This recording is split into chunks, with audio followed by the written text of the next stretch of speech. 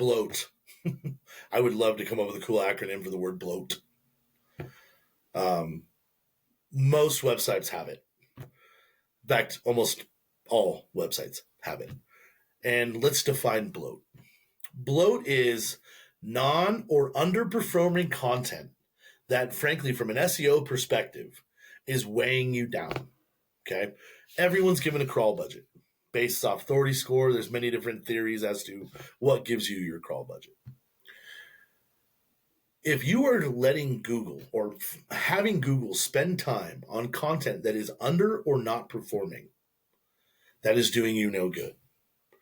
So we do an exercise regularly, which I call trim the fat, call it the keto experience, whatever you want to call it.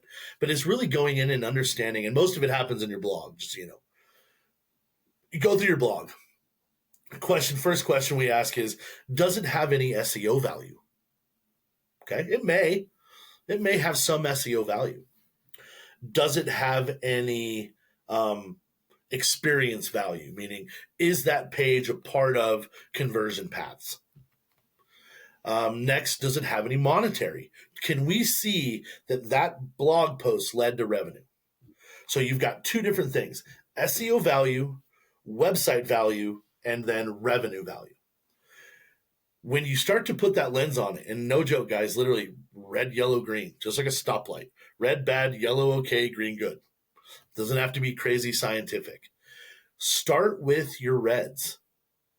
SEO red, business or UX yellow, revenue green. What do? Right? And putting that together and understanding what you need to do with that, that's where we come in. But for all the rest of you marketers, put it together and start to see how much red you have.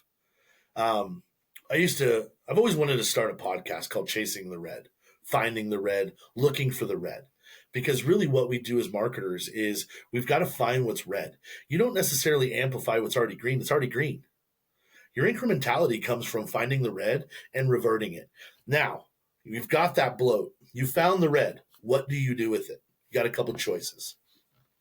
If it has SEO value, take that SEO value and squeeze it out. Redirect up to the root of the blog, to a category page, to a subcat, maybe even an index if it's a product. Right? Just take that value and keep it in the site. You can rewrite that piece of content. Put into a rewrite status. So it had SEO value. We know that the topic is good, but it's not generating revenue. Well, go in, rewrite it, keep your rankings and keep your impressions and all of that information. Keep the interactions with it solid. Serve up something new and fresh. See if you can generate revenue from it. Then if it has no SEO value, no UX value, and is not really doing much, just cut it. Never delete a single thing. Always 301 redirect.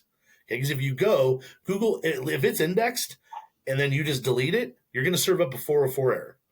404 errors are not good. At least 301 redirect that. But keep in mind, you need to understand how many things you've 301 redirected, because then if you've got an htaccess file that's got like 1,000 lines of code, that's not good either.